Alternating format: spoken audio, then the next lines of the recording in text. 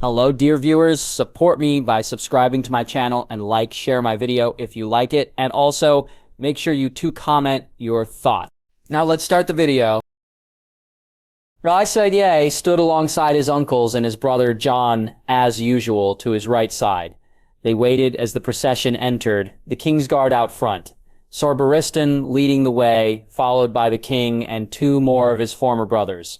The king looked uncomfortable on his horse, and it made Jaime smirk. This fool spent years telling people if he'd have faced Arthur, he'd have beaten him just like his friend Ned did, and yet could barely sit his horse steady.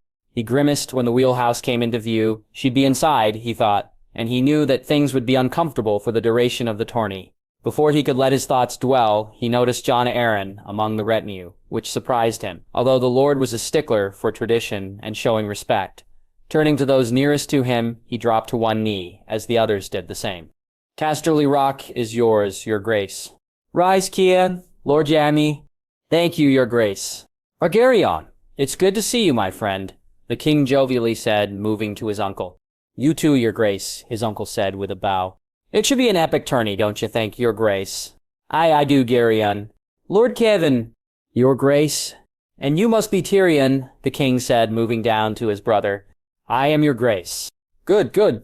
Jaime watched as the wheelhouse door opened, his sister exiting holding on to the hand of her son.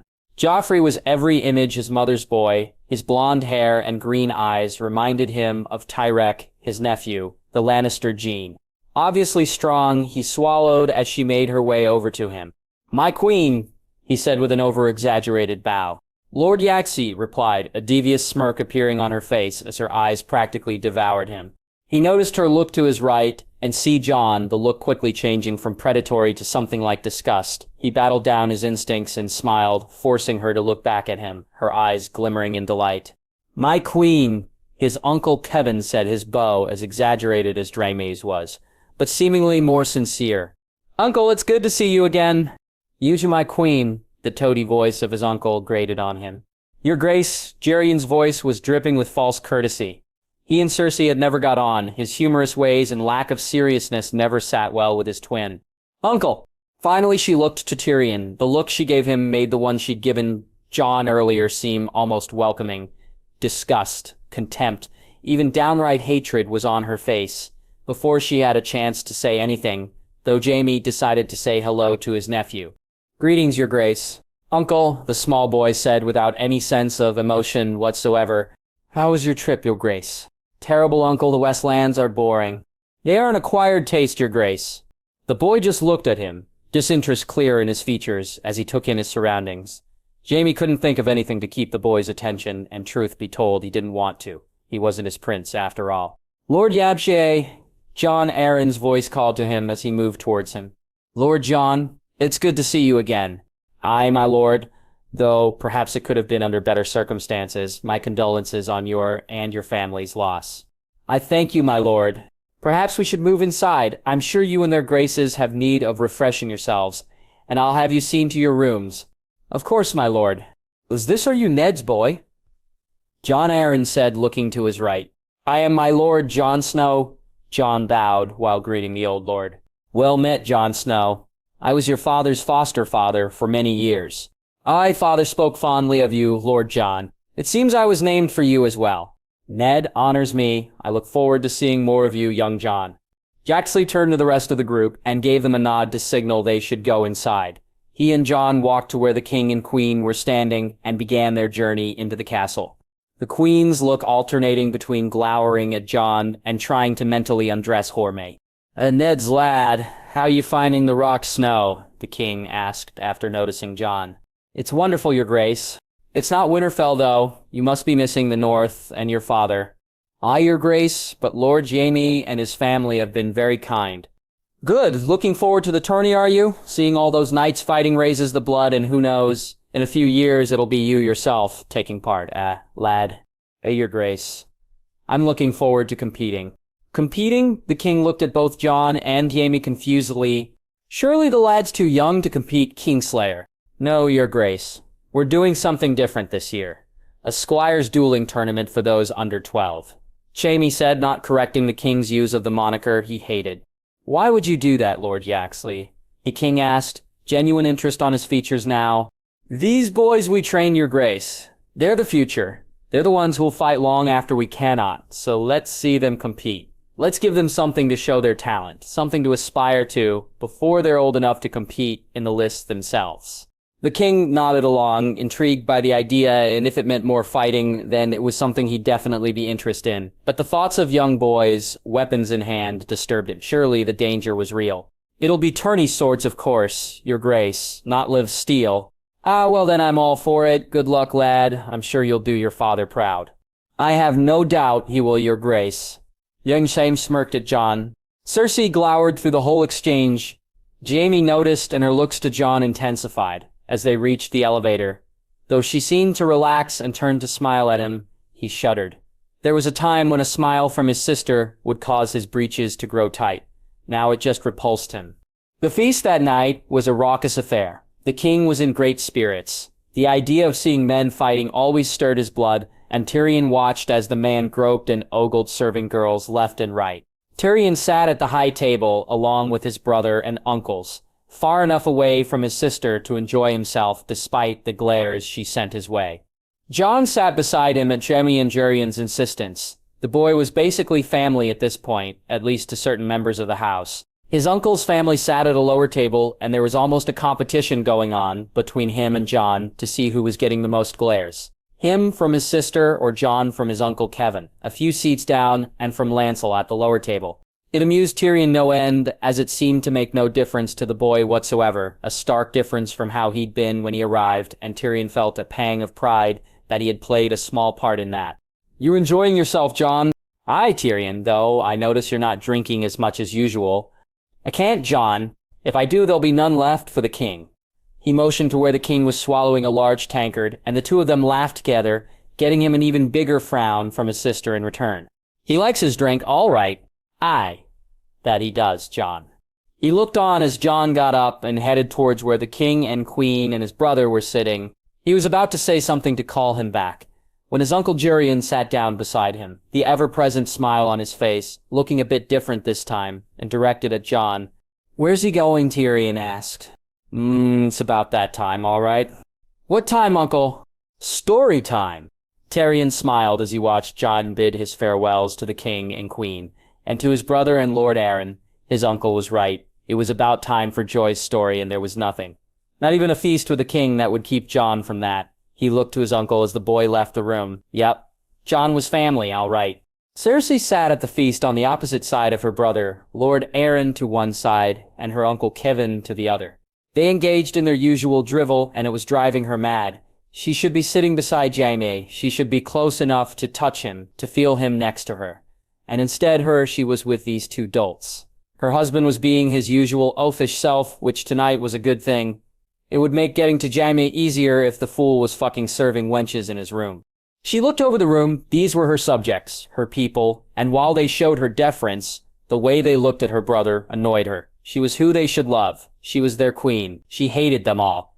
But as she looked down the table, she saw the figure she hated most of all. The demon who killed her mother. The shame of her family. The long chorus of voice in her head said, forcing her to shudder. As she was thinking this, the northern bastard her brother had seemingly adopted made his way to the front of the table. The impertinence of the boy, daring to address his betters, he should be whipped. She looked closer at the boy. Something familiar about him grabbing her attention. She knew he was Ned Stark's bastard. But it wasn't that, it was something else. Your grace, my lords. The boy said, Ah, young Snow, what is it, lad? Her husband moved his head from between the bosom he'd been nuzzling. I came to bid you a good night, your grace, and you to your grace, he bowed, looking from her husband to her. And you too, my lords. Aye, good night to you, lad. Jon Arryn set a smile on his face. Aye, good night, Jon, her brother said, his look foreign to her. What a well-behaved lad, not like what they say about bastards, but then he is Ned's lad. Jon Arryn said, as the king nodded. Is he coming along well, Lord Jaime? Jon asked her brother. Aye, my lord, Jon will surprise everyone in a few years, mark my words. Good to see the lad doing well. Ned deserves it. The king said before continuing his debauchery. As the feast ended, Jaime made his way to his quarters. The king had been well into his cups, and he was glad he'd hired 2 whores to serve as his serving girls for the feast. His servants were that servants. and needed to be treated accordingly, and having a fat oaf grope them wasn't part of their job description. Luckily, Tyrion knew exactly the ladies for the job, and as usual, his brother delivered. He entered his room and began to disrobe. All in all, today had gone well. He managed to steer clear of his sister and kept the king and his retinue entertained.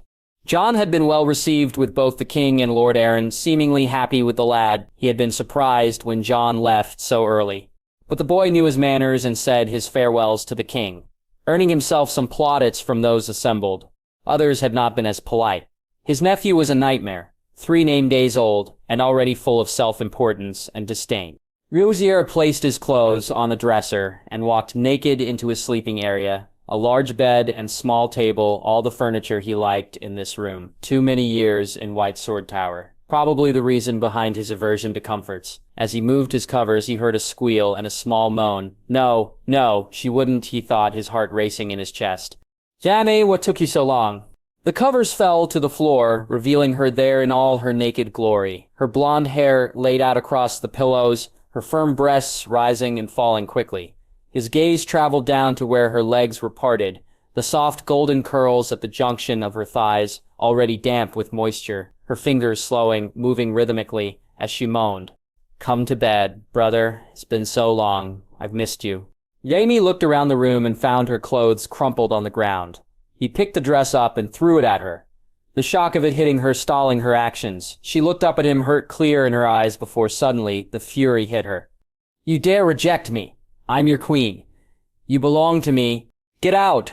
Get out now, or so help me. You will what? She asked defiantly. I'll drag you naked down the halls to your husband's room. Tell him what you've done. How do you think he'll react? You wouldn't dare. Yache moved towards her, his hand shooting forward to grab her hair before she moved quickly back. She looked to him, her eyes full of fury and hate. But as she got dressed, she began to cry, the tears falling down her face. Jaime, my love. We belong together. Can't you see? We were supposed to be together. Never. We'll never be together ever again.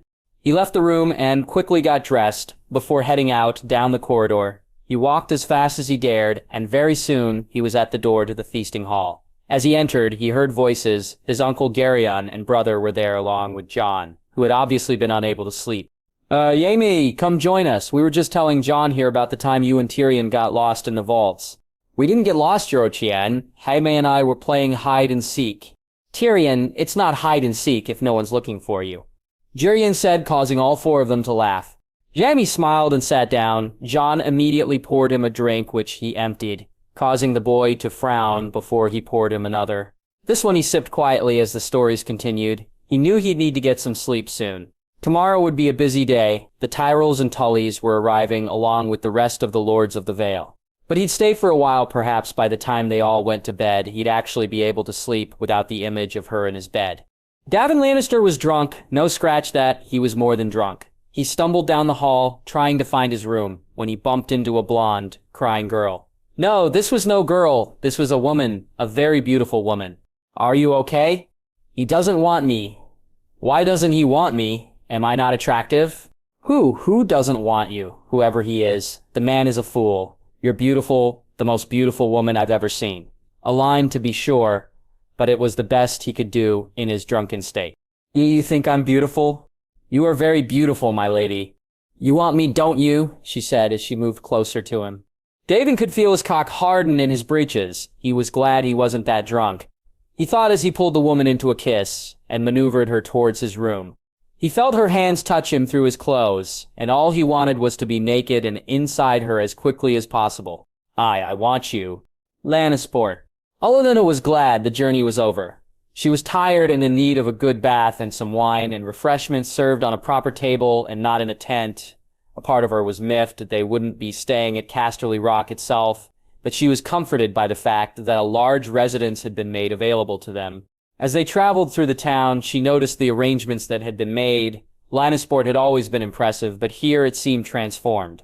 Pavilions as far as the eye could see, merchants' tents overflowing with merchandise, the tilt yard in the distance looked far bigger than the one in King's Landing, and the seating behind and around it was equally impressive. But one thing seemed out of place to her, A small domed arena with one side open and three sides made up of seating was built to the left of the tilt yard. What its use was confounded her. She watched as a group of horsemen approached them, a number of them clearly guards, but the three at the front were obviously important. She noticed the tall, graceful figure of a blonde man who could only be a Lannister beside him, rode two small boys. One had dark hair, while the other's was a dirty blonde. As they got closer, though the blonde's features became clearer, not a boy then, a dwarf. He imped a casterly rock. "Greetings, Lord Mace. My lords and ladies, I welcome you to Lannisport." "Well met, Lord Jaime. May we pass and do the introductions once we're all on our feet?" "Indeed, my lord. I've just come to escort you to your accommodations." "How gracious of you, Lord Yaxime." "Think nothing of it, my lord. You are honored guests, and men of your importance deserve no less." She watched as her idiot son blew up like the puffer fish he most resembled. Apparently, Lord Jaime knew something of the game after all. Her gaze was drawn to the two others with him. The dwarf was nothing like she expected. Stories of his grotesqueness were legendary, yet to Olenna's wizened gaze, he simply looked like a slightly overgrown boy. His companion was altogether different. Dark black hair and gray eyes, so dark they were almost black. So this was the Stark bastard. What was the name again? Oh, never mind, she thought. They rode through the town before coming to a large house with a huge courtyard. The people began to dismount, and Olenna turned to her granddaughter and goddaughter before they made their way from the wheelhouse. The house was impressive, large and imposing, and worthy of her family, she thought as she moved towards where her son and Lord Jaime were talking. At least he didn't try to slight them. "Mother, may I present Lord Jaime?" "My lady, it's a pleasure to meet you." "Is it now?" she said, raising her eyebrow. "Why, of course. What's better than to settle for one queen when you can have two?" She looked at him before smiling, noticing his gaze switching from her to her granddaughter. Maybe not such a fool after all, she thought as he motioned to his two companions. "My lady, may I introduce my brother, Lord Tyrion, and my page, Jon Snow." "Well met, my lady," the dwarf said. "Lady Olenna," the boy said as he nodded his head in a courteous bow. She looked carefully at the lad. He hadn't tried to kiss her hand, knowing his station may give offense, but he had courtesy, and it seemed genuine to her. "My lord, young Snow." Garland and Loras accompanied their mother over, while her granddaughter walked over to her. She watched as Lord Jaime and his brother made their introductions to the boys and her good daughter, while Jon Snow quickly engaged the two boys in talk about the tourney, grabbing their interest quite quickly with something he told them. "And this must be Lady Marjorie, the Rose of Highgarden herself," Lord Jaime said, taking her granddaughter's offered hand and placing a kiss upon it. "Lord Jaime, a pleasure to meet you. I've heard so much about you." "Not all of it's true, I'm afraid. Only the good stuff," Jaime said, causing a small laugh from Marjorie.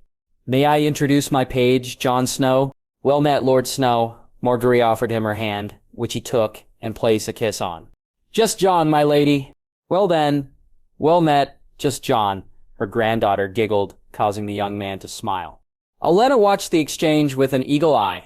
The boy smiled at her granddaughter, and his features changed completely. He beamed, and it was hard not to smile with him. His whole face lit up, and she could see shades of the handsome man he'd become. One day, she'd need to keep an eye on that one, for sure. Tyrell women always had trouble resisting a handsome face. She herself was proof of that. The meal they had that night was the best one they'd had since setting out on the long journey to the tourney. Whoever had stocked the kitchens had done so incredibly well. Fine arbor gold, the finest foods from the Reach. Some of her favorite strawberry and lemon tarts were able to be made, and the pastry and freshness surprised her. Her grandmother was enjoying herself also. She could tell she was sipping wine and eating the various cheeses that had been delivered. Only that day, her father held court at the table, speaking to the other lords of the Reach that had already turned up. Thankfully, Lord Tyrell hadn't so far. The Grim Lord really knew had to drive the atmosphere from any room. "So are you going to enter with me, or what?" "No, Loras, I'm not. It's 4 under 12 name days, and I've just celebrated my 13th. So, they won't know." "You expect me to lie?" "No, not lie. Just don't tell them." "No, that's not something a knight would do." She listened as her brothers argued about something or other. What were they talking about? How could Loras enter anything he was too young? She needed to know what they were on about. "What are you two arguing over?" "We're not arguing. We're discussing." Lord Searsud's smug smile annoying her not for the first time. "All right, discussing then." Lord Xeris wants me to join up with him and fight in the tourney. But you're too young. You can't fight in the tourney. Think about Willis. The worry clear in her voice. No, sis, it's not like that. There's a squire and page's tourney. A set of duels. I'm entering and I wanted Garland to enter too. But he's too old, so it'll just be me representing the family and winning glory. She rolled her eyes at him and looked to Garland. He looked eager to enter, but he would never lie about his age. He was far too gallant for such a thing. A squire's tourney. Though she'd never heard of such a thing. Where did you hear of this? Jon told us he's entering and says most of the squires and pages of age will too, especially when they hear the prizes. You mean Jon Snow, he told you about this, Lourdes.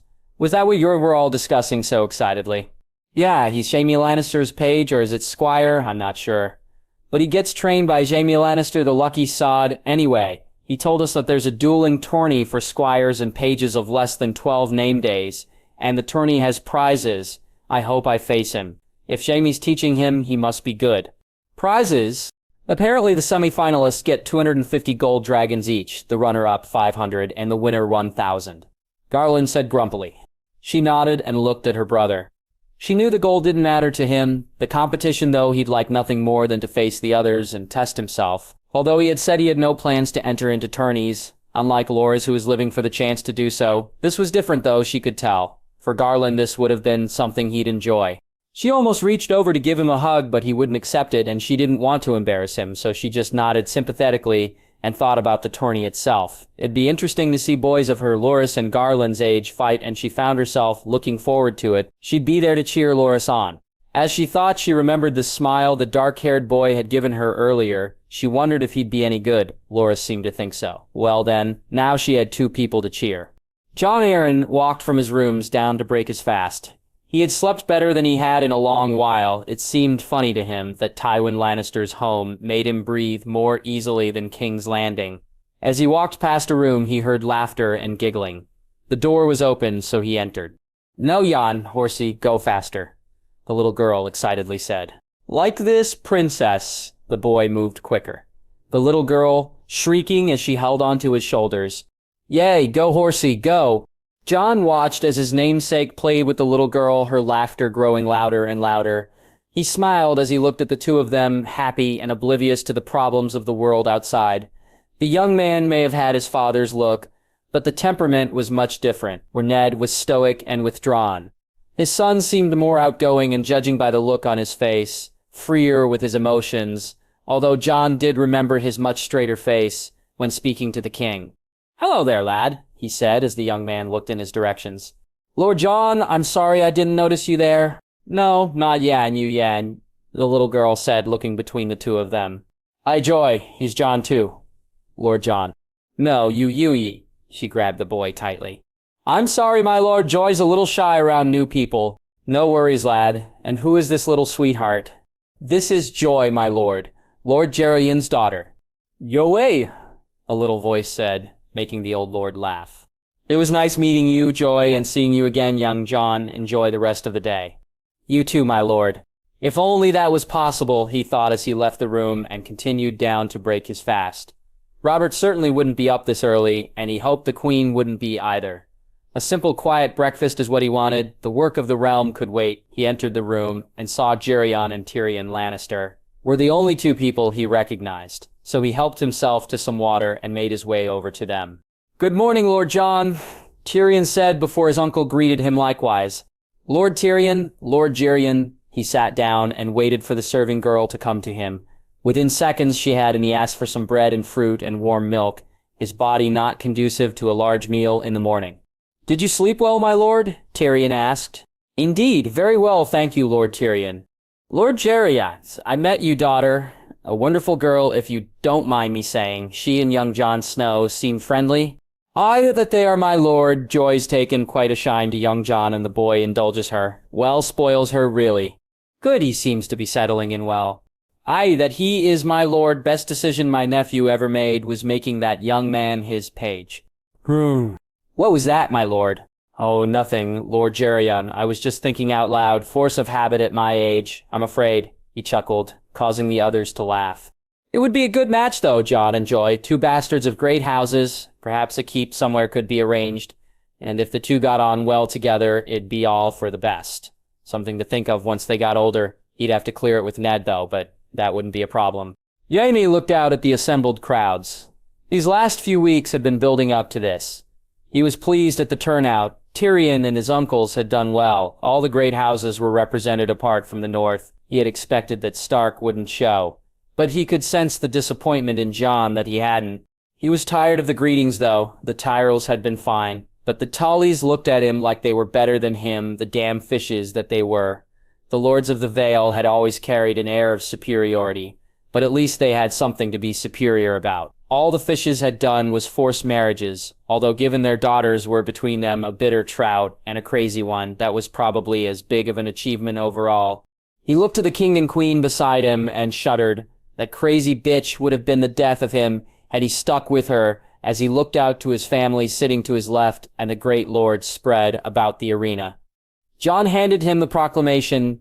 Your graces, my lords and ladies, good people of Lannisport, the Westerlands and beyond, I bid you all welcome to the tourney of Lannisport. The crowd cheered. My father fell fighting for his people and his king. He will be missed, gone but not forgotten. Tywin, Tywin, Tywin, the crowd chanted. Another of Tyrion's good works. This tournament is in his honor and is in recognition of the great victory won by our king, Robert I of his name. Chill, good King Robert. The chants rang out. Tyrion really did know how to stoke a crowd, he thought, looking at his smirking brother. So without further ado, by your grace's permission, let the games begin. The cheers in the crowd were deafening, and as Jaime sat down, a large chant of Lord Jaime filled the air. He looked to his brother, who shook his head, and looked to Jon, who just smiled at him. Jon swung his sword against the training dummy. Around him, boys were practicing their moves and showing off their skills.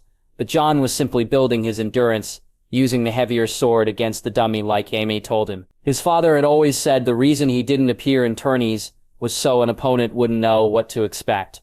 Jon took that advice to heart, but since he would be fighting, he instead underplayed his skills and didn't show off like the other boys were doing. He looked around the field at his potential competition. There were some that stuck out immediately. The young Tyrell boy he'd met the day before, Loras, seemed quite skilled, although Jon thought him a little extravagant in his moves. Lancel, while being an idiot, looked much better than he had expected. There was the two Rice boys, Robor and Waymar, both skilled, though the older one also had size on his side. Jon finished up and walked past the Stormland squires. None really stuck out, thought there was no shortage of bravado coming from them. The Westerland squires were just as loud, though some of these did at least have the talent to back it up. The Riverlanders didn't interest him. Sure, they would provide competition, but Jon preferred to keep away from them. Suffering their liege's daughter was enough. Snow, care for a spar? The jovial voice said, pulling Jon from his thoughts. I'm afraid I must decline, Lord Loras. I have somewhere I need to be. Perhaps we'll be drawn together then. Well, then I'll wish you good fortune now, shall I? That's the spirit. You too, Jon. Best of luck. Perhaps we'll stay apart until facing each other in the final. Closieres laughed and turned to practice with his brother. Jon had to smile. Never bet against a confident man was something he heard people say, but being too confident was as much a problem as not being confident enough. He walked over and placed his sword back among the others and made his way to where his guards were waiting. It was strange to Jon to find himself accompanied by guards, but it was something Jaime insisted on when he was outside the castle. Jon didn't mind, though. His guards' eyes in jars were hills, bastards just like him, and they built up an instant camaraderie. Finished for the day, Jon? The taller Ats asked. His physique was impressive, but it was the shorter Jars who, Jon thought, the more skilled of the two. He'd watched them spar, and while Ats was no slouch, Jars was much better. Out ears, you two eaten yet? No, Jon. It's fine, though. We're not hungry. Jars replied. Well, I am, and it's my treat. Come on, I'm sure an ale and some food would go down. Well, the two men smiled, and all three of them made their way to the small tavern Jon preferred. The food was always delicious, and the patrons had gotten used to Jon and had stopped making a fuss over Lord Yama's squire. Jackson sat at his desk, waiting for Tyrion and Tyrion to arrive. Jon Arryn had asked for a meeting, and he knew it was about funding the crown, something he no longer wished to do. His father had used their money to increase his influence at court, something to hold over the head of the stag, and the fat king had taken the money like a pig takes swill. His sister wasn't much better. The woman had never been refused anything by her father, and she took the same approach now. Luxury items imported at great cost, and damn the expense. Brother, Tyrion said as he entered Tyrion following behind. Tyrion, uncle, sit down. There is much we must discuss. I intend to cut our contribution to the crown, he said. Noticing the shock on both their faces, they already owe us nearly 1 million gold dragons. Father was funding the crown at the rate of almost 250,000 a year. Not to mention the nearly 100,000 Cersei spent from the funds Father gave her. This needs to stop. I agree, brother, but it'll cause problems, both with our sister and the crown. Damn our sister, and damn the crown. I'm Lord of the Westerlands, not King's Landing. We need to spend our money on projects here. The gold won't last forever. We must do something now before it's too late. You do realize who'll fill the gap, brother. Let the Tyrells waste their coin on the fat king's whimsies. They won't do it for long, and when they realize that it's a Stark he wants as his son's bride, they'll cut their funding pretty fast. His uncle set a large smile on his face. So, brother, what projects did you have in mind? Castamere, Jaime said, shocking them both. The minds were flooded, but Jon had found a solution thanks to Tyrion's encouragement to read. But how? Jon found it in one of those books you pointed him to. He called it a wind wheel. I'm not sure of the exact details, but Maester Crellin assured me it could work. He has the drawings in his rooms, if you want to take a look. Tyrion sat there dumbfounded. If they could remove the water from Castamere, their minds would almost double overnight. This was huge. To think a 7-named-day-old boy had possibly found the solution that his father could not. He laughed so loudly, the others must have thought he had gone crazy. Are you okay, Tyrion? His brother asked. What? Yes, I'm fine. I was just thinking how Father would have reacted to Jon. Speaking of Jon, I want you to attend a meeting with him later. Oh, and who are we meeting? Sir Rhaelis Manderly. I want you to set up a trading agreement with the North. Well, with the Manderleys, at least. Nothing huge, just a foot in the door. And you want me to bring Jon because he's his liege lord's son. He also knows more about the North than either of us, so he may see some opportunity we don't. Of course, brother. I'll have it set for after the archery. Good. We'd better make our way to Lannisport. Jon's already there. Are you bringing Joy, uncle? Aye, Jon wants to show her around the horses and some of the stalls. Today is the best day. I don't want her there. When the melee or jousting starts. What about the dueling? Like I could let her miss her babysitter's duels. Davin Lannister was not feeling well. His drunken encounter had created a whole set of problems. Problems that could end with him losing his head. The fact that he'd slept with his cousin was bad enough, but that she was the queen was downright treasonous. What made it worse was it had happened another 2 times since. Gavin never considered himself a weak man. Sure, he was cocky and arrogant like most youths, but he thought he was stronger-willed, but just thinking of his cousin's naked body and the noises she made as they fucked was enough to make him hard and undo his resolve to never do it again. Are you okay, brother? His sister Serena asked. I'm fine, sis, just thinking about the tourney. You competing in the joust and melee, or just one of them? No, I'll be in both. The prizes are way too good not to. His sister nodded along. 50,000 gold dragons to the winner of the joust, 25,000 to the runner-up, 25,000 to the winner of the melee, and 10,000 to the runner-up, along with 10,000 for the archery. And then there was that Squires tournament that had everyone excited, young boys competing with 1.00 gold dragon prize. It was unheard of. What do you think about the Squires competition? I thought it odd at first, sis, but then I heard how Jaime explained it to the king. These boys are the future. I'd have killed for the opportunity back when I was squiring, so I get it, and I'm looking forward to seeing it. Any favorites?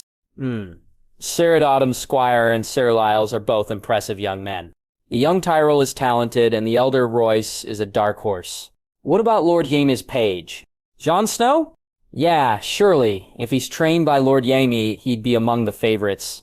He looked at his sister and shook his head. He'd watched the young man train, and he showed very little talent. Just swung away with what little strength he had. It had surprised him as he, like his sister, had expected more. No, sis. He'll be lucky to make it past the first round. Jon walked with joy towards the large stabling area, the little girl mumbling excitedly about horses all the way, making Jon walk with a contented smile on his face. His 2 guards behind him just shook their heads as he swung her hand while he held it, making the girl giggle. Jerian and Tyrion had found him not long after he'd eaten, and he was delighted to see Joy with them.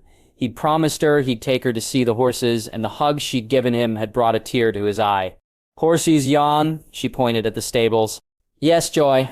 Come, let's go see them. Yai horses a come. she squealed. The two guards just followed on, trying not to laugh, as they reached the stables themselves. Jon had to hold her hand even tighter as the excitement got to her. He lifted her up, worried that if he didn't, she'd run off and get hurt. "Want to pet the horsey, Joy?" She nodded excitedly as he moved towards the small pony he'd picked out for her to pet. He held her tightly as her little hand brushed the horse's back and moved her closer to the horse's head. Nodding to Allers, he signaled to the bag he'd given the man earlier, and watched as he took a saw apple out of it and handed it to him. "Here, Joy, let's feed the horsey." "Here, horsey, Denden time," she laughed as the horse took the offered apple from Jon's hand. "My turn, Jan. My feed, horsey." He looked to ghastly as the man took another small apple from the bag and handed it to him. Carefully, he placed it in Joy's small hand and held her hand in his as he brought it to the horse's mouth. As the horse took the apple, the girl gave an excited squeal, making Jon and the guards all laugh, before Jon heard a girlish giggle from behind him. He turned to see Marguerite Tyrell, looking on, her face lit up in a beaming smile as she watched Jon and Joy feed the pony. "Lady Marguerite, I'm sorry I didn't know you were here." "That's quite all right, Lord Snow, I was just passing." "No, not so. Yet," Joy exclaimed at the rows of high garden. "Oh, I'm sorry, little miss. Yet it is then," Marguerite said, with a delightful giggle. "Zunin," the little girl said definitively. "And who is this precious little angel?" Marjorie asked. "Lady Marjorie, allow me the pleasure to introduce Lady Joy." Jon decided to play at formality, noticing that Marjorie grinned even more now. "Yoshi." "Yati, Yad, it seems you misspoke. It seems the lady's name is Yoki." Marjorie laughed at the exchange. "Aye, Yosi it is, isn't it, little princess?" The little girl just nodded and hugged him tighter, and Marjorie couldn't help but smile at the sight. The boy seemed so at ease with the little girl that it reminded her of how Garland and Welles used to be as she was growing up. Tyrion waited outside the large tavern where most of the Vale Riverlanders and the few Northmen had made their base for drinking and eating at the tourney. Jon was late, which was unlike him, and he considered sending one of his guards to find the boy before he saw him and his two guards come jogging towards him. "Been busy, Jon." "Sorry, Tyrion, petting horses takes a lot of time, especially when an excited young girl doesn't want to leave." Jon said, his voice breathless from the hurrying he'd done to get here. "No worries, my cousin enjoyed herself." "Then did she?" Tyrion smiled at the two guards who nodded enthusiastically. "Very much so." We made their way inside and took note of who was sitting with whom. The Vale Lords sat together while the Riverlanders sat just beside them. The few Northern Lords, though, sat apart from them all in a small, tight group at the back of the tavern. Tyrion could see Ser Wyllis's large frame as the man ate with great abandon. He may not have ever met the man, but Jon's description of his walrus-like father singled him out immediately. Beside him sat a gruff Northerner, his balding scalp a sharp contrast to his large black beard. His tunic was green and displayed a large black bear. A Mormont, then. He thanked the gods for Jon's insight. Nodding to Jon and pointing over to the table, they headed towards the northern men, Tyrion walking behind Jon and letting the boy take the lead in the introductions, figuring the Northerners' dislike of the South would be tempered by one of their own. "Ser Wyllis, Ser Jorah," Jon said to the two men. "My lord?" Wyllis questioned, looking carefully at Tyrion and Jon before recognition broke out on his face. "Jon Snow?" "Aye, sir, it is." "Sit down, lad. Move make room for young Snow and his friends." The large knight beamed at him before nudging his companions. "May I introduce Lord Tyrion, Ser Wyllis?" "Well met, my lord. Please take a seat. A friend of young Snow is more than welcome at my table." Tyrion sat down, noticing the grim look the Bear Knight gave him. The others looked him up and down before turning away and continuing their meal. At the end of the table, a small man watched him intently, his dark green hooded robe covering the sigil on his chest. Tyrion looked back down at him and noticed the sigil more clearly, 3 black water lilies on a field of purple. He nudged Jon to show him where he was looking. Jon just nodded at him before taking a seat beside him after calling a serving girl over and buying a round of drinks for the table, which resulted in an immediate thawing of the looks from the rest of the Northerners and a deeper frown for the Bear Knight. Tyrion noticed that Ser Wyllis looked on with a proud expression on his face, obviously approving of Jon's actions. "So, young Jon, how are you finding it here in the South?" Ser Wyllis asked. "Warm, sir, very warm." Jon replied, getting a large laugh from the big man and most of the others. "Aye, 'tis that all right. Doubt these Southerners would do too well on a crisp northern morning." More laughs from the table ensued as the Northerners started to talk amongst themselves. Tyrion decided to continue to let Jon take the lead. Far better to sit and watch for now, he thought. Your father, is he well, Sir Wallace? Aye, Jon, he is. He'll be pleased you asked. Your father's a good man, Sarah. That he is, Jon, as is your own. I had thought he may join us. Father doesn't like to leave the north unless it's vital. True that. Not a man for tourneys is Lord Eddard. Well, the north is well represented with both myself and Ser Jorah competing in the lists, and young Jagen in the archery. Sir Wallace adeptly changed the subject, noticing Jon's face when his father's absence was brought up. Ser Jorah, your family as well, I hope. Aye, that they are snow, the man grumpily replied. So they treating you well up here, Jon? Wallace interjected, looking suspiciously at Tyrion and the guards. Very well, sir, I've been more than fairly treated, Jon said, his smile answering more clearly than his words. The conversation flowed as much as the ale, the atmosphere between the Northerners and Tyrion and the guards quickly dissipating. Even the bare night seemed to lighten up. Although the small man Tyrion noticed earlier still seemed to be watching intently, Tyrion caught him from the corner of his eye, wondering why he was so suspicious of him before he noticed it wasn't him. He was looking at, it was Jon. Jon, the man at the end of the table, why does he look so intently? Tyrion whispered as Jon looked at the man and smiled, receiving one back. He's a Crannig man, one of Lord Reed's bannermen, a Fennetic giving the sigil. My father always said Lord Reed was his lealest man, so perhaps he's just being extra vigilant. Tyrion nodded, and after buying another round of drinks for the men, he and Jon got up to make their leave. He watched as Jon passed a note to Sir Wallace. The fat knight quickly took it and put it in his pocket. They bid the men farewell and left the tavern. The archery competition wasn't the most exciting thing Jurian had ever seen, something the king obviously agreed on, given his drunken state. He looked to see Cersei staring daggers at Jaime and almost smiled. Some things don't change, he thought. Joy sat in his lap with Jon feeding her small pieces of mashed fruit, surprisingly without making a mess. He noticed that Jaime and Tyrion in conversation with Sir Adam and Lord Craighall, all but Tyrion, keeping their eye on the archery. He himself would have left by now, but he had gold on this, a lot of it, and hoped Jon's tip had been right. Put everything you can on Jagen Fen, Jon had told him so. He had.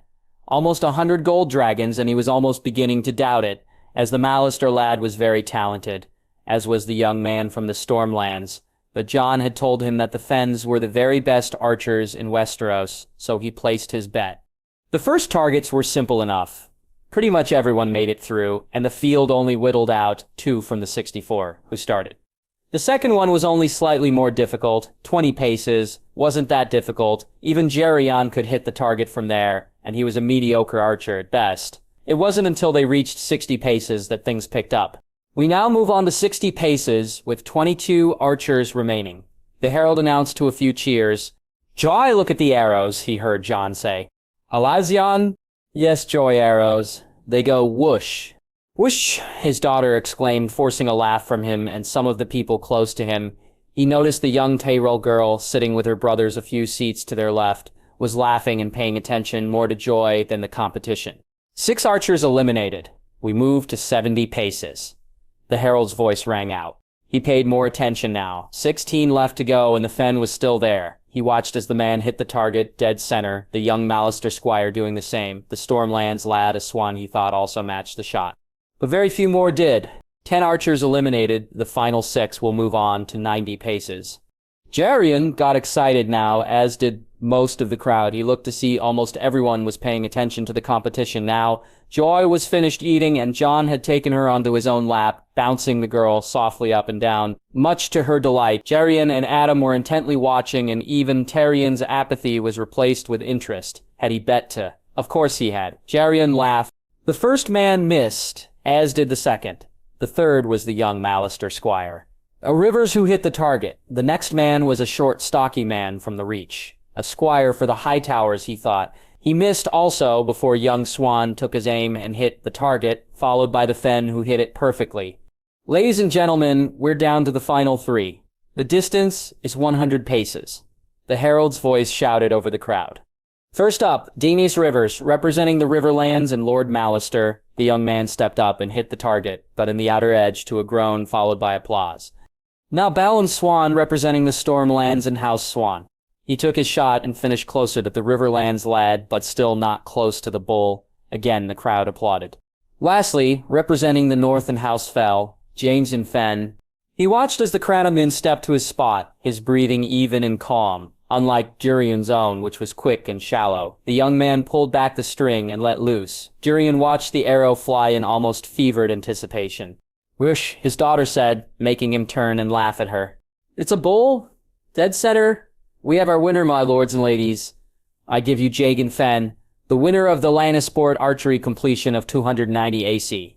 The crowd cheered loudly and Tyrion's heart raced. He just looked at Jon, who sat there with an annoying know-it-all grin on his face. He should never have thought him that, he thought. He would have hugged the boy there and then.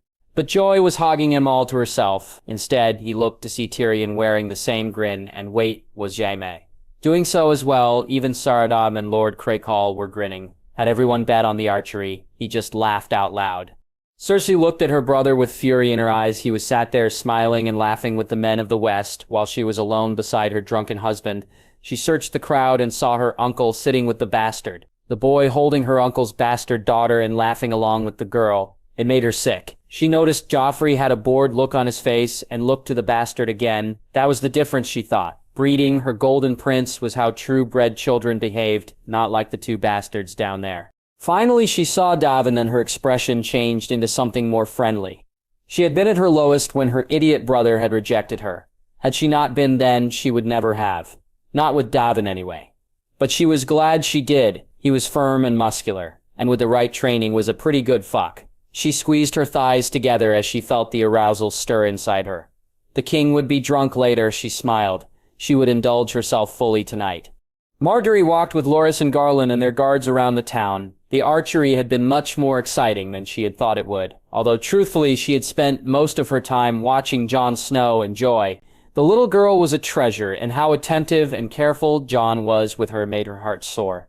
"Did you enjoy the archery, sis?" Garland asks.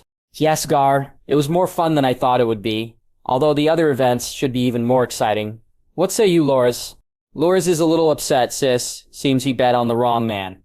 "Who was the small fellow, anyway? How the hell did he win?" Losier grumpily said before kicking a small stone.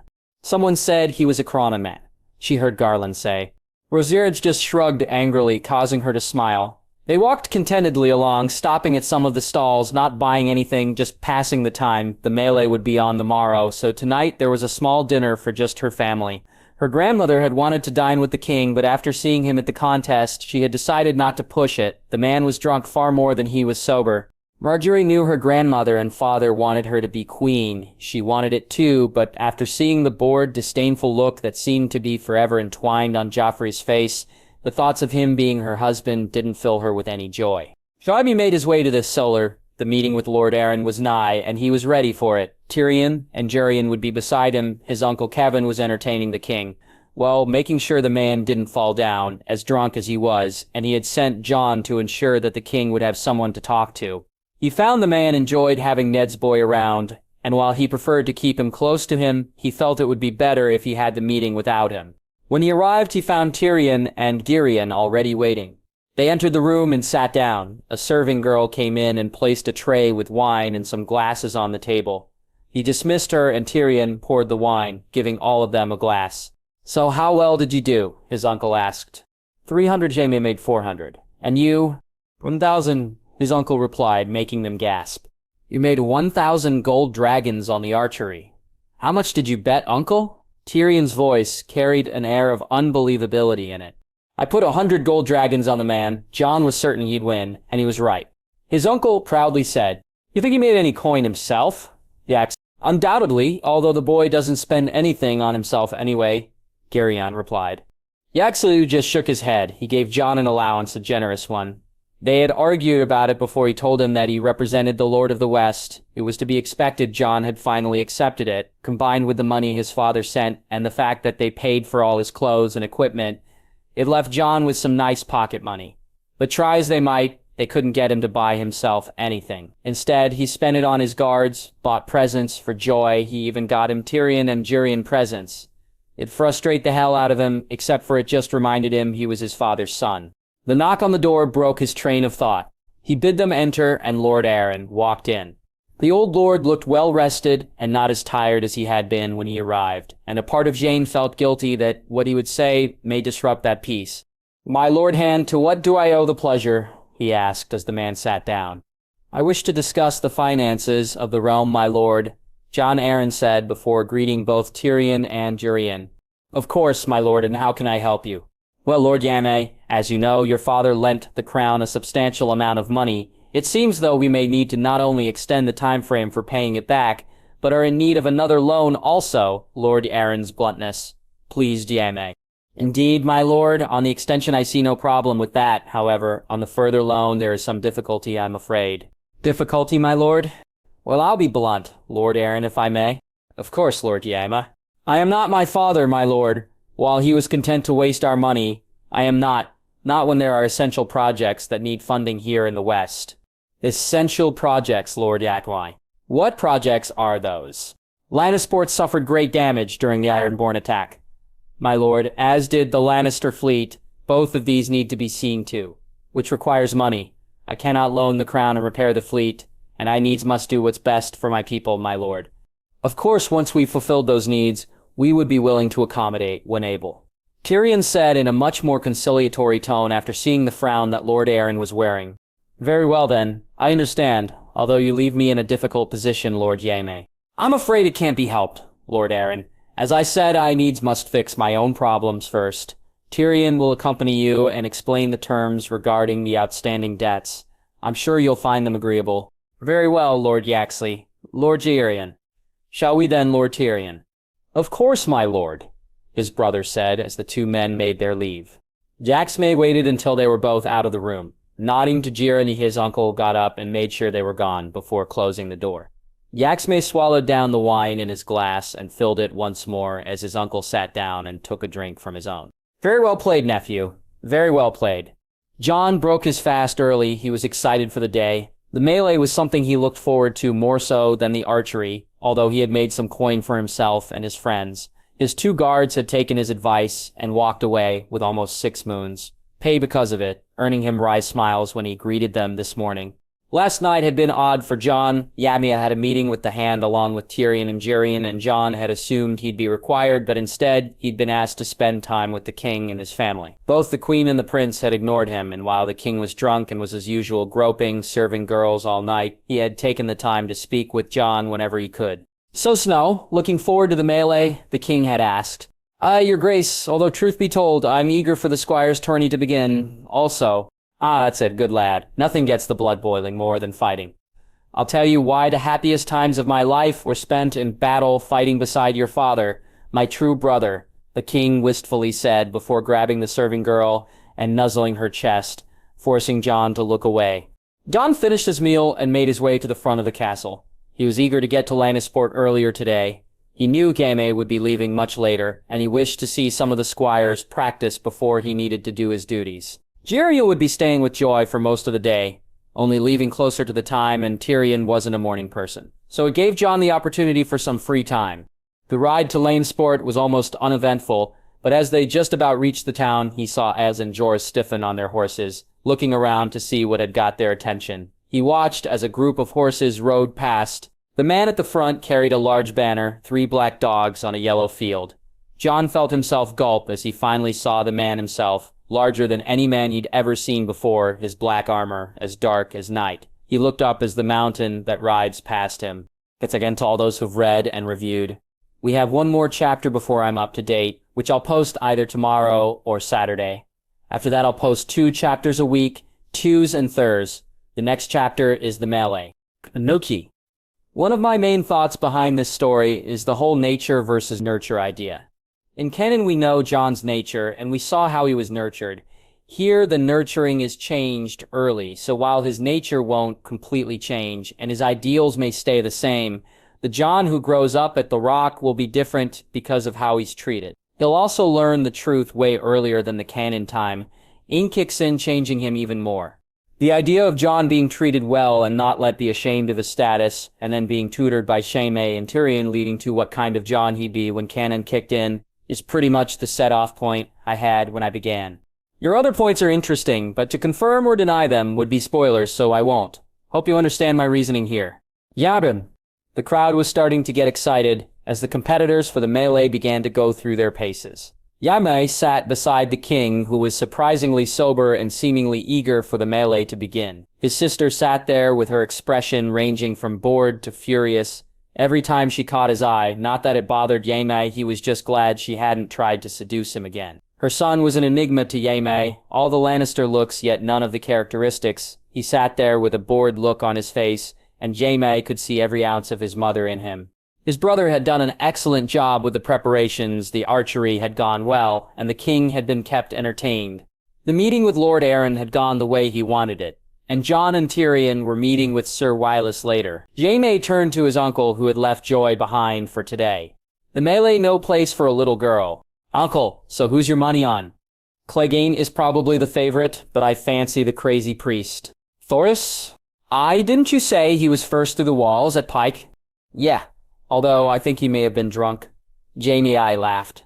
He watched as some of the competitors began to spar with their squires and companions, just a light workout to loosen the muscles. Watching it made him wish he was down there himself. If there was one thing he hated about hosting this tourney, it was the fact he couldn't compete for his own prize money. He smiled as Jon and Tyrion made their way to the seats, noticing the scowl Cersei gave Tyrion, or was it Jon? Hell, the woman was scowling at both of them. What was that all about? He wondered. My lord, brother, the two said as they took their seats. So who'd you bet on this time, Jon? His uncle asked, making Jaime shake his head. They'd all won good coin on Jon's tip for the archery, but there were few northerners in this fight. The mountain, Tyrion said, getting a grimace from both Jaime and Jon. Jon here, however, seems to reckon the Red Priest is the one to watch out for. Isn't that right, Jon? His brother added. The man was the first through the gates at Pike, and he wields a flaming sword. Even if his skill isn't as much as others, that's going to be a big advantage. Jaime nodded while catching his uncle's smirk.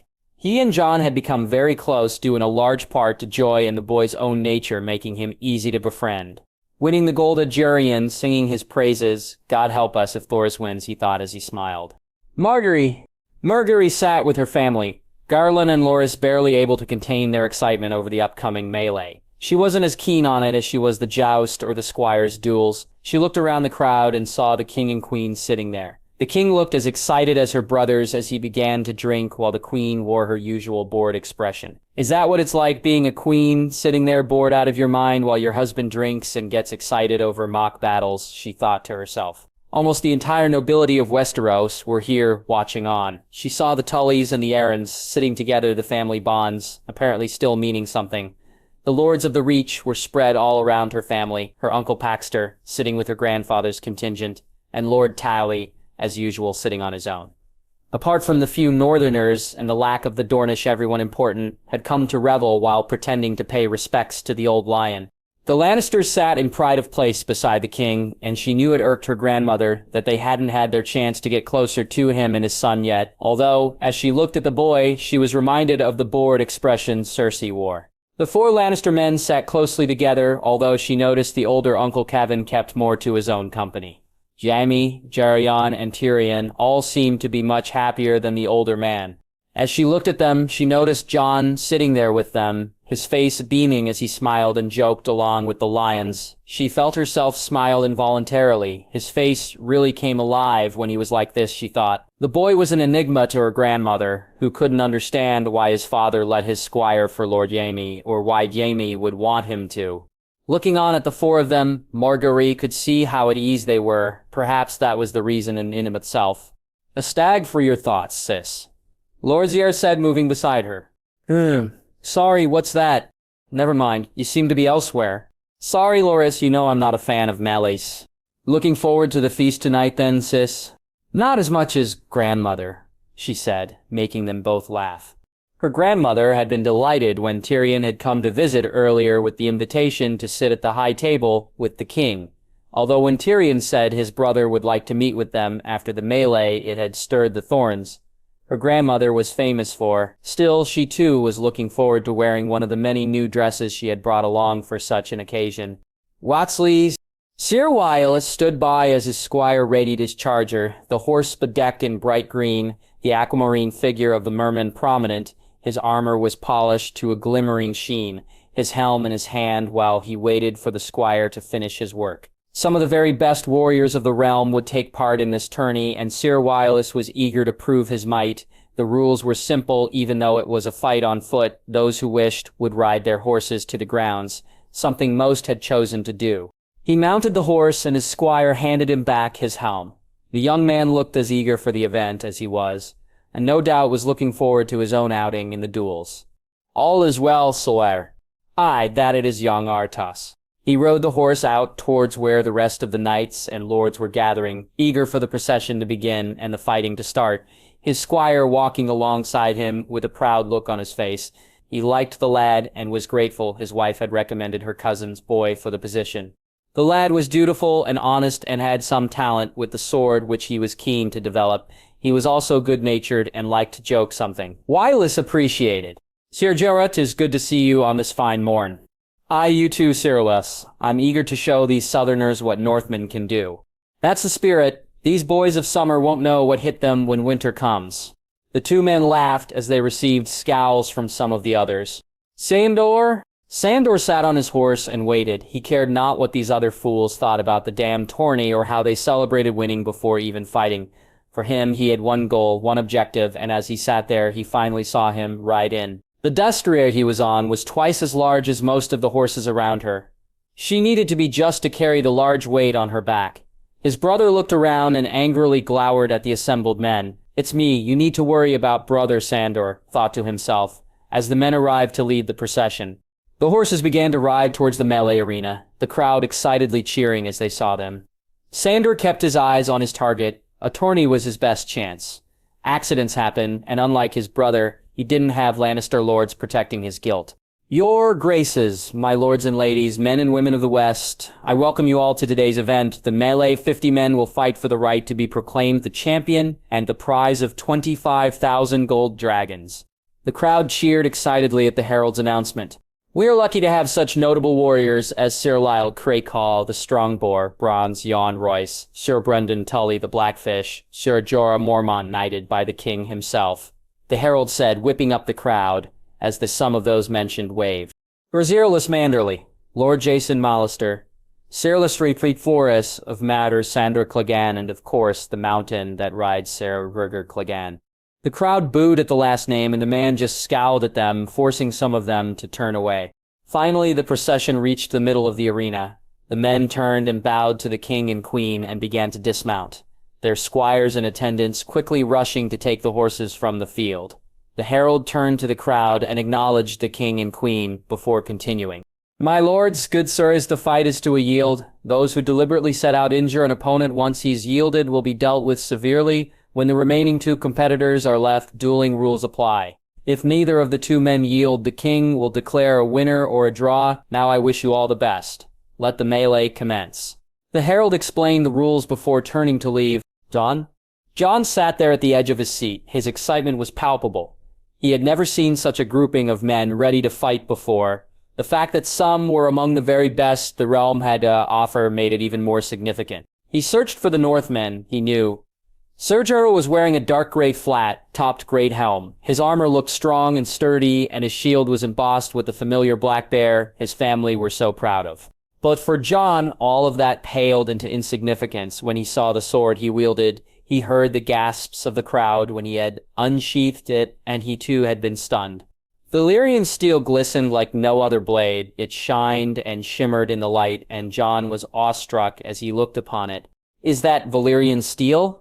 Tyrion said, turning to him. "A Longclaw, House Mormont's ancestral blade," Jon said, noticing both Tyrion and Jaime were looking at it appreciatively. The melee itself commenced quickly once the blades were drawn, and Jon's attention quickly went back to the field. He watched as Thoros' blade lit up the fire glowing green and otherworldly as people moved out of his way. On the field, Bronze Jon and the Blackfish faced off, while Lyle Crakehall tried his luck against the mountain. Jon groaned at the sound of the mountain's great sword as it clashed against the Strongboar's much smaller one. "Sandor!" Sandor moved quickly through the men. He'd made a Riverlands knight yield quickly and had beaten the Stormlands man who tried to catch him unawares. He saw his brother and Crakehall fight and was willing to bide his time when a man of his own size appeared in his path. So you're a Clegane, a little smaller than the mountain. But you'll do. Roland Storm, the bastard of Night Song, at your service. Sandor said nothing and just attacked. The boy was big in size but green. You don't talk during a fight, you fight. He swung his sword heavily down, almost catching the boy, unaware. He was quick, though, and he moved out of the way, bringing his sword up to parry. Sandor was ready for that and quickly pulled his sword back, confusing the young man. Before he had time to readjust, Sandor was on him. The first blow just grazed him, but the second caught him flush on the shoulder. As he tried to recover, Sandor raised his sword and caught him across the helm, knocking the boy to the floor. He quickly placed the sword at the boy's neck, forcing him to yield. Next time, don't bloody speak, kid, he growled before moving towards his brother. Bronze Jon. Jan Royce lived for this, fighting a worthy opponent, a crowd cheering your every move. While there was no better feeling than fighting a man in battle, this came a close second. Sir and Brendan was as tough as they came, and Jan didn't know if he could win, but that made the fight even more enjoyable. Win or lose, he'd remember his fight against the Knight of the Bloody Gate for a long time. Tiring yet? Blackfish? No, Jon, I could do this for hours. The man laughed before his face suddenly got serious. Brendan nodded at him and signaled behind him with another man. He may worry. It was a trap, a feint, but Brendan was far too honorable for such a thing. So he looked to see a damn fray sneaking up on him. Quickly he turned, and before the man could react, both him and the Blackfish were upon him. Reuben never had a chance and yielded quickly, both men having easily got past his guard and hitting him with painful blows. He turned back to Sir Brendan and smiled as they began their dance once more. Neither man would win this melee. They knew that now their fight would take too much out of them, so they gave it their all instead. Losier. Lorza barely knew which way to look. There were so many interesting battles happening out on the field. He and Garland had laughed at the beating Sarah Reimagined had taken. As he sat there, he saw his brother was equally engrossed, while he was watching Bronze Jon and Sarah Reimagined.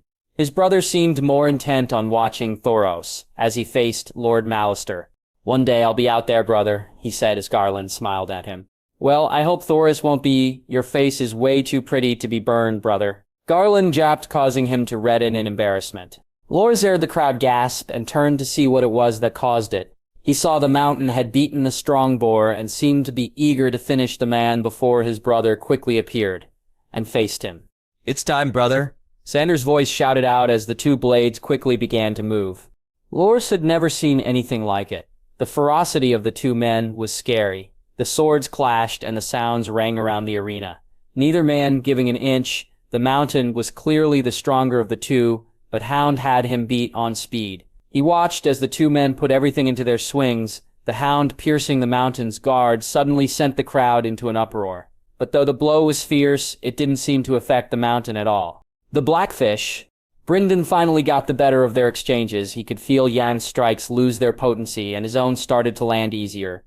He caught the Lord hard across the side and noticed the man wince. He feinted to the left, and as Jan moved to parry quickly, he suddenly changed the arc of the sword and caught the veil Lord flush across the helm. Jan dropped to his knee, his sword hanging loosely in his hand, dazed and confused. He could only watch as the sword was brought to his throat. Do you yield, old friend? Ah, you win, Brendan. The day is yours. Brendan helped him up and nodded as the man made his way towards the exit. He hadn't had a fight that stimulating since he and the Bold took on Meoxley's during the War of the Ninepenny Kings. He turned to overlook those who were left, seeing his brother's banner man in a tough fight with Thoros and the two Northerners battle it out, while the Clegane brothers engaged in their own internal battle. 6, soon to be 3, he thought. He smirked. A little rest would do his old bones good. The hand of the king. Jon Arryn had watched the fight between Lord Rhaegar and Sarah Brendan with great appreciation. To see two men of the Vale fight so well filled him with pride. Sure, Tully was a Riverlander, but his home was now the Vale, and he was family, so Jon was doubly satisfied with the result. He looked to the king, who was looking on with great eagerness. They had argued the night before, when Robert had wanted to fight in the melee himself, but he had talked him out of it, and the king huffed and sat grumbling like the child he used to be for the rest of the night.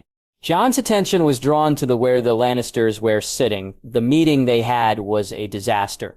No longer funding the crown was going to cause a large shortfall. Thankfully, the repayment schedule the younger Lannister had proposed was much easier to manage than the one under Tywin. But without their funds, it really left only the Tyrells to bankroll them, and Jon knew what the cost of that would be. As he looked, he noticed how at ease Ned's son was among the Lannisters. It surprised him immensely that Ned would allow his bastard squire for Jaime Lannister, of all people. But there was no doubting the boy seemed both welcomed and appreciated by Lord Jaime and his family. The boy seemed more a ward than a page or squire, and that stirred Jon's memories of the two boys he'd fostered all those years ago. He hoped the lad turned out more like his father than his other ward. Shrieks from the crowd forced his attention back to the field. Sandor. Sandor was tiring his swings, becoming less and less effective. His brother was relentless, but he too was swinging more wildly than he had been. Seeing an opening, Sandor used all his remaining reserves and increased his pace. He swung high to the left, forcing his brother to pivot slightly. He parried the blow his brother gave in return, but did so ineffectively, allowing his brother to assume he was open. As Rhaegar swung high, Sandor ducked and caught him across the knee. Hearing a growl from his brother, he swung with even more might, hitting the knee once again.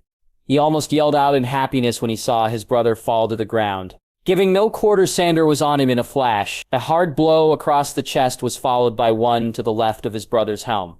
Before Rhaegar could recover from that, Sandor swung with all his might, hitting his brother's shoulder and forcing his brother's large spade-like great sword to fall to the ground. "Yield, brother. It's over." "I said yield," Sandor yelled, pushing his blade close to his brother's throat. Finally, after what seemed like an age, his brother nodded. "I yield."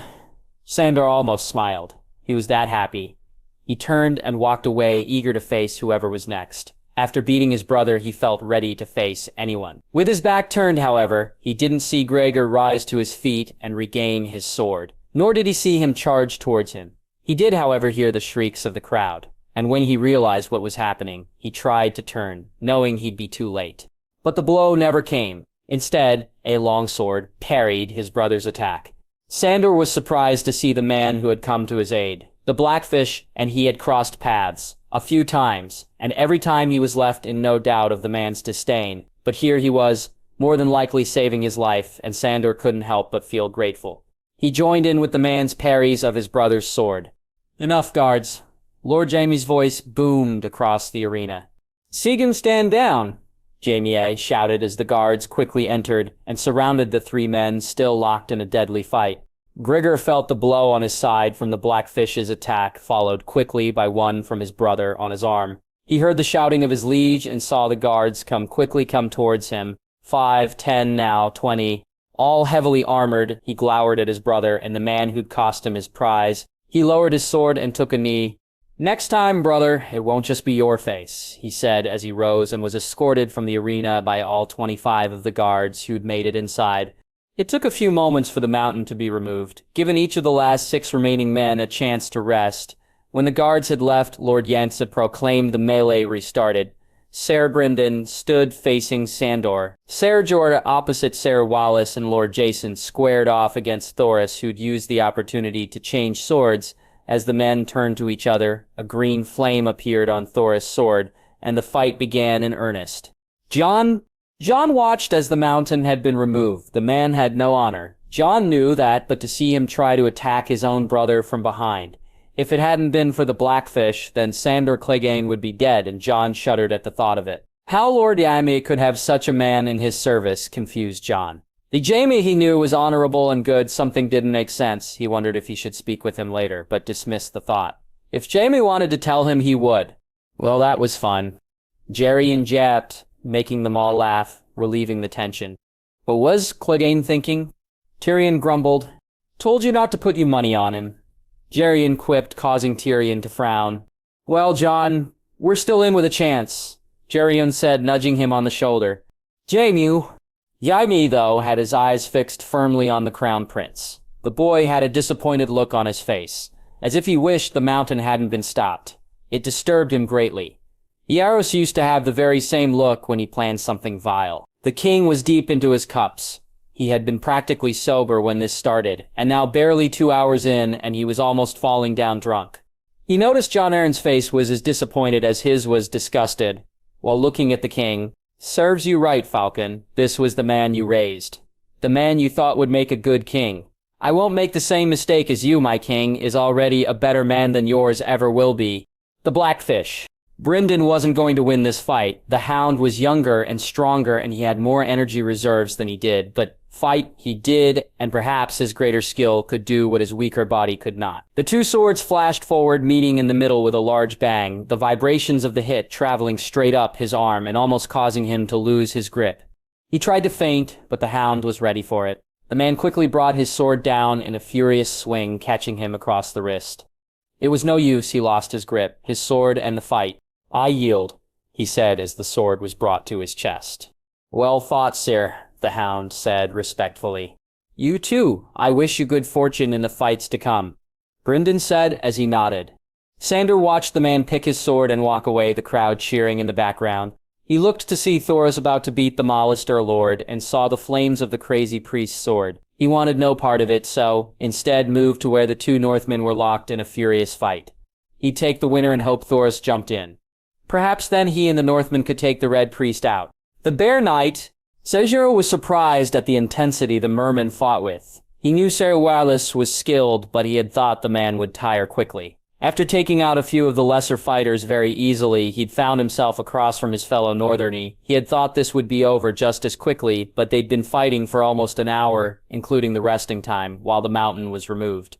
He pushed forward, increasing the speed and ferocity of his swings. As Ser Wireless's parries became less effective, he thrust his sword towards the larger man's chest, but quickly as Ser Wireless moved to protect himself, he pulled the sword halfway back to him and in a short swing caught him across the arm. The contact sending a shudder right up his own arm. He saw the wince the other man gave. It had hurt for sure.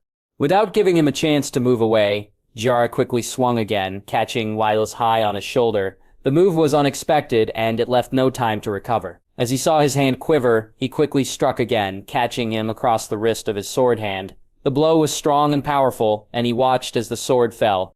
"Do you yield, Ser Wireless?" he asked, his sword pointing at the man's heart. "Aye, the day is yours, Ser Jira. Good fortune to you, my friend," Ser Wireless said with a smile as he picked his sword up and began to leave the arena. Rosier didn't even get the chance to rest before the Hound was upon him. The strike of the sword almost catching him unawares as he barely managed to block it. He turned into his stance and faced the taller man. "So it begins," he said as the blades crashed together. The Red Priest was relentless. His sword moved like it was an extension of his arm. His strokes seemed wild and uncoordinated to those who were ignorant of battle, but for Barristan, it was a dance, and Thoros was a master at it. The flames on the sword only made it even more like art, as they seemed to almost come alive as the sword moved. Lord Jason had done well to continue for this long, but as he watched him tire, Barristan began to worry for the man. Miela's had rules, and serious injuries were actually pretty rare. But when dealing with a flaming sword, even one mistake could be fatal. He watched as the priest swung low and high, wide arcs and short thrusts, feints and parries, and the Riverland Lord's resistance began to fade. Jaime Lannister had once said that Ser Barristan was an artist who painted only in red. Well, if that was the case, he just found one whose color was green.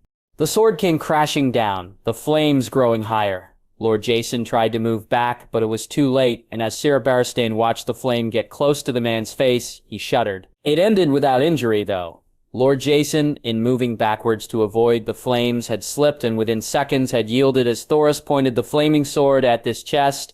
"Now that's a fight, eh, Barristan?" the king drunkenly said.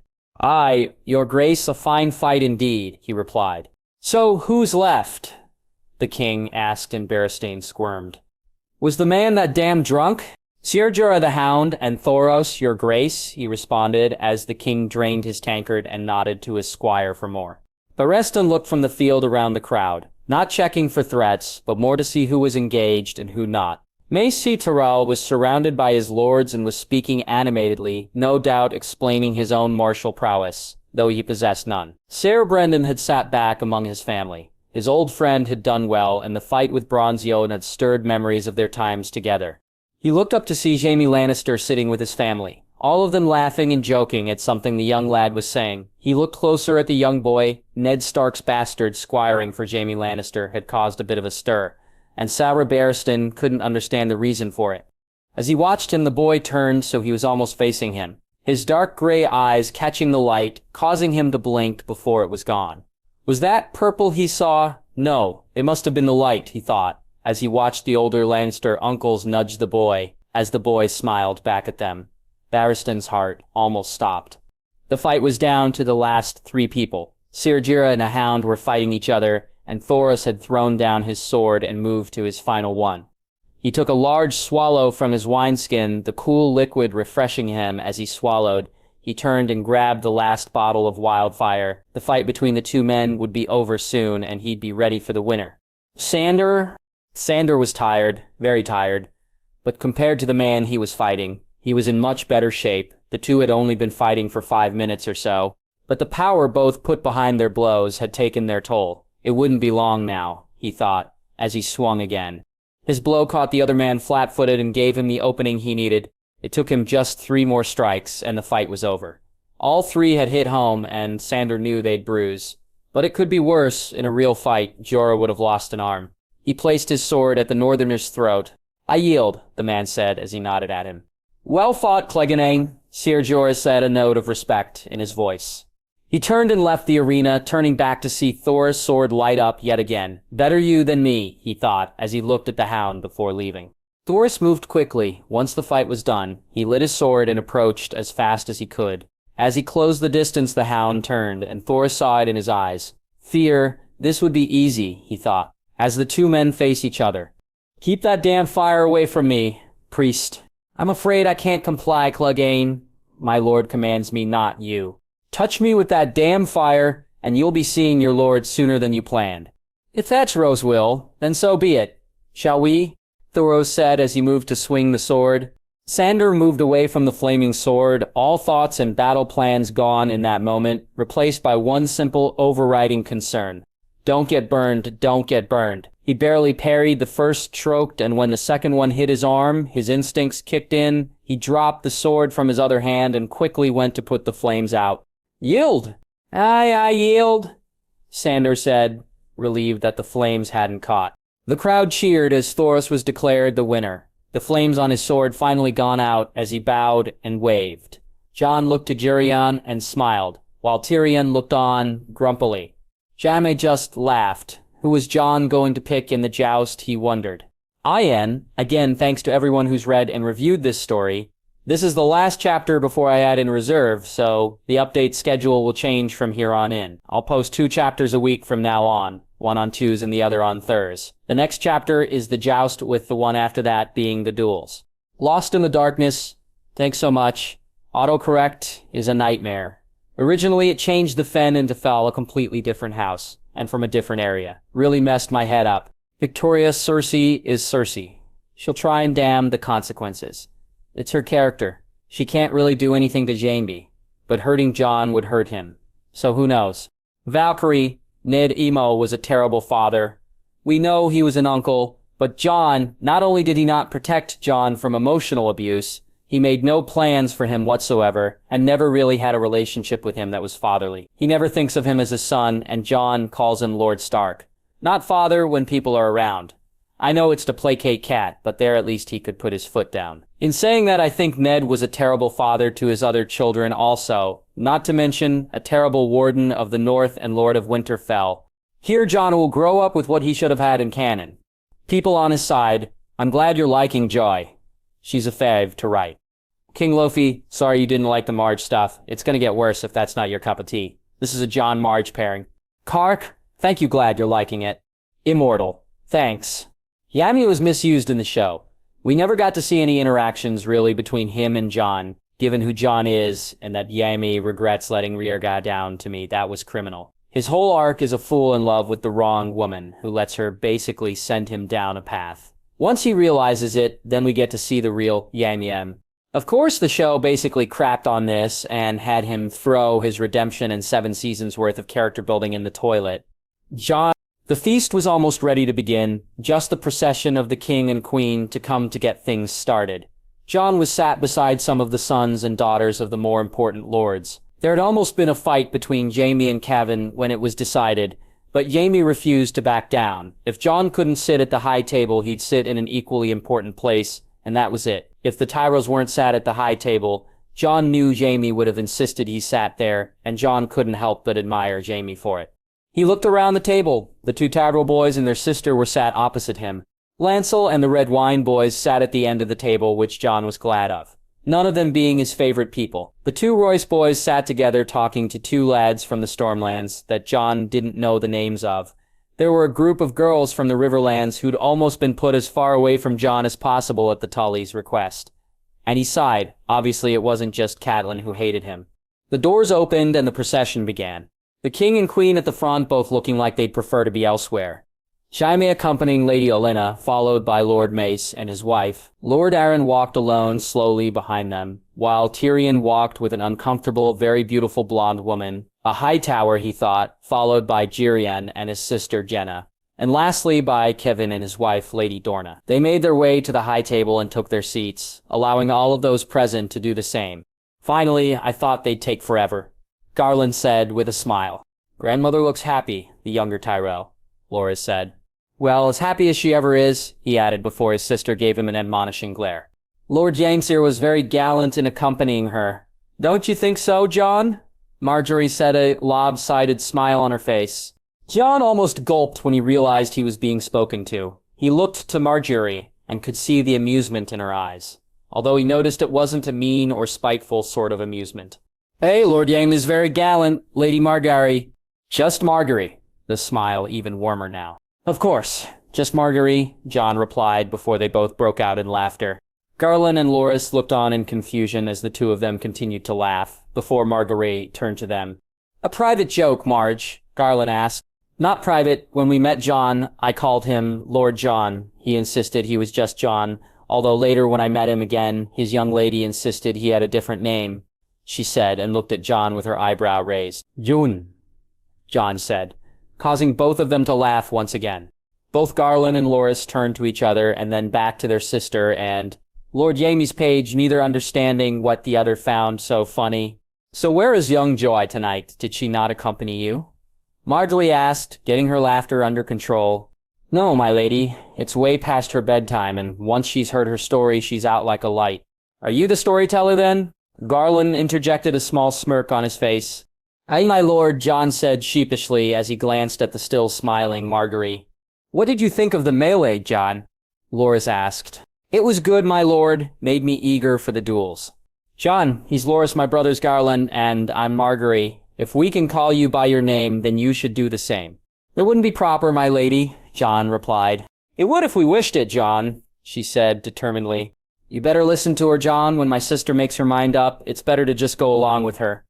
Garland quickly added, especially when I'm right, Marjorie said softly, hitting her brother on the shoulder. Jon sat there with a smile on his face. He looked to the end of the table where Lancel and the horrible twins were shooting daggers at him before he looked back to Marjorie and her brothers. Loras and Garland were both talking excitedly to each other, but she was looking at him, that lopsided grin on her face, and his smile immediately grew larger. Yaxley. Jaime sat at the high table beside Lady Olenna, the king sitting to his right, already beginning to get drunk, while his sister sat there fuming. Lord Mace and Lord Arryn were in intense discussion, much to the chagrin of Lady Olenna by his side, and it would have made Jaime smile if his attention wasn't captured by the events at Jon's table.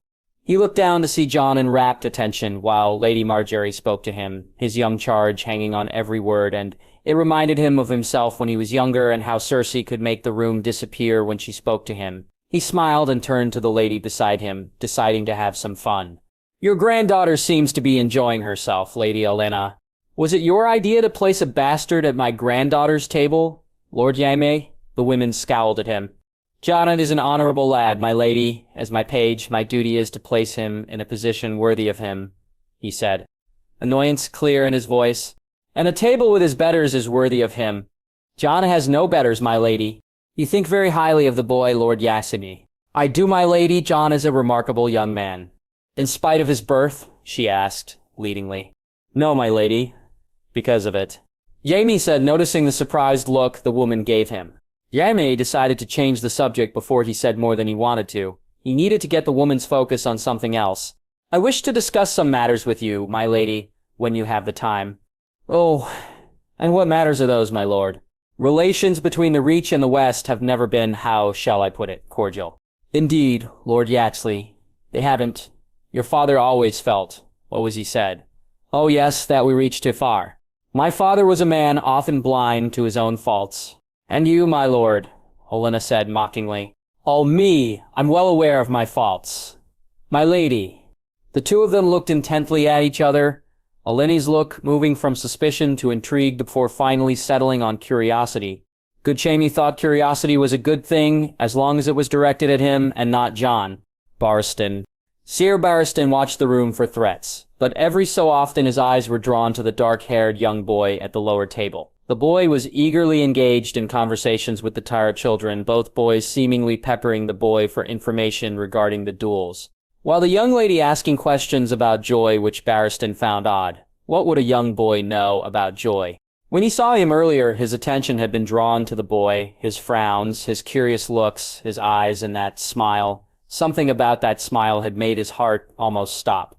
Whatever it was, he couldn't quite place it, but there was something familiar about it. As he watched the boy, he again felt like he knew him, like he should know him. It was like something on the edge of his mind, and Barristan was annoyed with himself that he couldn't place it. Of course, Lord Hand. Anyway, my family can help. We'll gladly do so. Barristan heard Lord Taxerol's voice, and it grated on him. I thank you, Lord Tyr of the Crown. Will, of course, be very grateful. Don't mention it, my lord. Oh, I don't believe you if you met my granddaughter. Have you, Lord Hand? Barristan shook his head. Subtle as ever. Mace, he hated this. This game of thrones, nobles fighting with words over whatever scraps they can get from the king's table. He turned to look at the king, drunk again, groping the serving girls while his wife sat there disgusted. This was not a man worth serving. Not like his prince would have been. A man worth serving, was he doomed never to find one. Dear Lord. Jara sat beside Ser Wallace. He had done well today. Both had. But the drunk priest was crazy, he thought as he looked at the man. Thoros had been unstoppable. The Hound had found out to his cost, and Jara was glad he hadn't faced the fiery blade himself. He turned to look at the high table. There she was, the most beautiful woman Jara had ever seen. His breath caught in his throat. Was she looking at him? Surely not. He nodded to her all the same, and when she smiled, his heart felt like it would burst from his chest. Isn't that right, Sargier? The jovial tone of Wylis interrupted his gazing. Sorry, Wyle, what was that? I was saying that today's fight was one for the tails. Two Northmen evenly matched fighting for an hour or more. As Ser Wylis, it was. You fought like a true warrior, and I was lucky to take the day.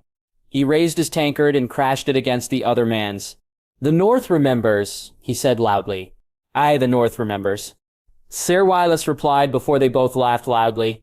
Tyrion sat at the table, his head pounding, and his uncle being his usual annoying self. All right, so Geryon wasn't actually annoying, but by the 7 did the man truly ratchet things up when people were hung over. Geryon never seemed to suffer the morning after sickness. Not due to lack of drinking, Tyrion knew, and if his uncle had a secret, well, then he kept it to himself. Cheer up, Tyrion. Here, drink this. Geryon said, handing him a small cup. What is it? Trust me, nephew. Tyrion just nodded and emptied the cup. It took only a minute or so before he felt his stomach begin to churn. He looked to his smiling uncle as if to say, why me, before he quickly jumped up and ran, at the privy, passing Jon on his way out of the door. The look of surprise on the boy's face, almost enough to make him laugh. Running as quick as his stunted legs would carry him, he made it just in time. Opening the door, his stomach emptied as he got inside. Within a moment or two, he was fine. His stomach stopped churning and he felt somewhat better. He left the privy and headed back to the hall, each step making him feel more like himself. By the time he reached the table and drank a cup of water, his sickness and headache had passed. What was in that cup, Uncle? Just a remedy I picked up, Geryon said, his ever-present smirk on his face. We should market it, Uncle. It'd make us rich. Tyrion, we are rich, his uncle said, nudging Jon. Well, richer then. Uncle Geryon's morning elixir. Jon looked on in amusement as Tyrion tried to convince Geryon to either give him the recipe or to make some more. He broke his fast on the small oatcake and placed one in his pack for later. After they broke their fast, he and Tyrion would be riding to Lannisport for a meeting with Ser Wylis, and Jon was nervous. Setting up the meeting was easy, but actually helping Tyrion negotiate was not something he looked forward to. Jaime was putting a lot of faith in him, and the thoughts of letting him down worried him. He looked to see Tyrion was waiting for him and quickly finished so they could get on their way. The meeting needed to be done early. so Sir Wylis could prepare for the joust, and Jon was upset. It would take his time away from Joy. "Will you be bringing Joy to the joust, Uriyen?" he asked the older man. "I'm afraid not, Jon. The noise may be too much for her, and I worry if she saw a horse get hurt." "Of course, I'll try and pop in and see her before the joust then." "Thanks, lad. I'll let her know. No doubt she'll ask for ya when I go see her." Jon nodded as he and Tyrion left. They quickly made their way to their horses, and despite Tyrion preferring to ride slowly, they instead rode quite hard to Lannisport. Once they reached the town, Aelars and Jors handed off the horses, and they made their way to the tavern to meet Sir Watwas. They found the man sitting alone for once, his guards lounging against the wall. "Lord Tyrion, Jon, it's good to see you came so early. I worried you'd be late." "Of course not." "Good, sir. We wouldn't dream of it," Tyrion said, taking his seat. "So what can I do for you both?" "My brothers sent me to discuss a trading arrangement with you."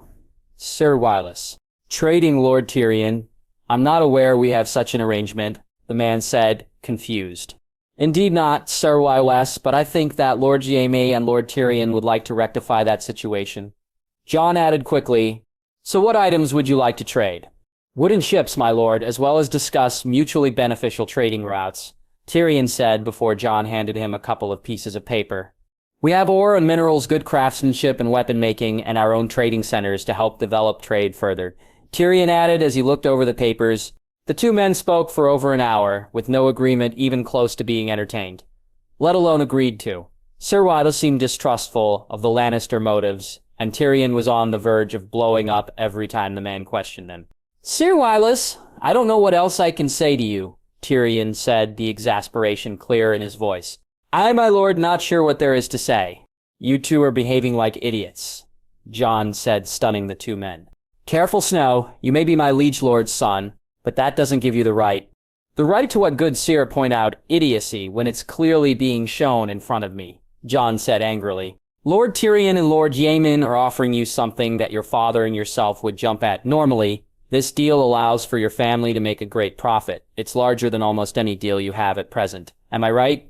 "Aye, Snow, that's true, but a deal with the Lannisters is not one my father would go for," Wylis said, noticing the angry look Tyrion shot him. "And why is that, Sarah?" Jon asked, placing his hand on Tyrion's arm and shaking his head. "How can we trust them, Snow? You know what the North thinks of them."